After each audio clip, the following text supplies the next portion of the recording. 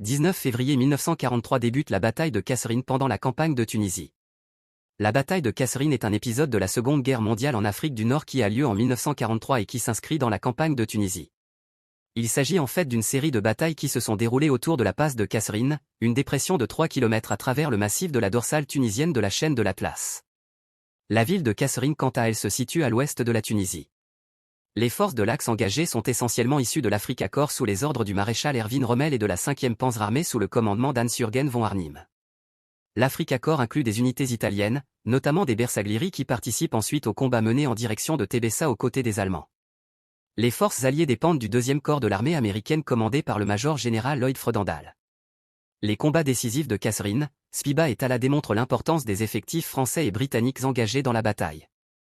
Cette bataille est la première rencontre à grande échelle des forces américaines et allemandes durant la Seconde Guerre mondiale. Les troupes américaines sans expérience du feu sont envoyées au combat de façon maladroite par leur commandement. Les conséquences sont dramatiques pour elles avec des pertes élevées et un repli de plus de 80 km par rapport à leur position d'origine à l'ouest de Faïd. À la suite de ces événements, l'armée américaine effectue un certain nombre de changements dans l'organisation des unités et change le commandement avec l'arrivée du général George Patton. Quelques semaines plus tard, lors de nouvelles batailles, les troupes américaines se révèlent bien plus efficaces.